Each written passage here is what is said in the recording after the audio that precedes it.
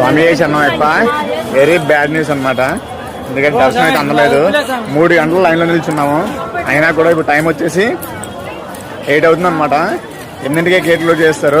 మేము కరెక్ట్గా గాలిగోపురం దగ్గరికి వెళ్ళేసరికి గేట్ క్లోజ్ చేస్తారు. మా దురదృష్టం అనమాట. సరే ఫోన్లేక శివయ్య అంతా ఉన్నాడు కదా, అక్కడ బయట నుంచి దండం పెట్టేసాం అనమాట. కానీ ఇంకొకటైతే చూసాం అనమాట, జ్యోతిలింగం అని. సో చూపిస్తే చూడండి.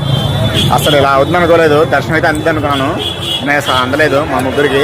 మిగతా స్వాములు వెనకున్నారు, కొంతమంది స్వాములు ఏమో వెళ్ళిపోయారన్నమాట. వెనక 10 మంది స్వాములు ఉన్నారు మా బస్సులో, వాళ్ళకి అందలేదు. వాళ్ళు ఇంకా లైన్లో ఉన్నారు, మేము బయటకు వచ్చాము. సో దురదృష్టం. సో జ్యోతి అయితే మన జ్యోతి దీపం ఉంటుంది కదా, అరుణాచలంలో 11 రోజులు వెలుగుతుంది అనమాట. 11 రోజులు వెలిగిస్తారనమాట. ఆ 11 రోజులు ఇప్పటికీ 4 రోజులు అయిపోయింది. ఈ డిసెంబర్ 13 వరకు అయితే జ్యోతి అయితే వెలిగిస్తారనమాట. సో జ్యోతి దర్శనం అయితే మాకైతే అయిపోయింది అనమాట. సో మీకు చూపిస్తా చూడండి. స్వామి శరణమయ్యప్ప. ఓం నమః శివాయ.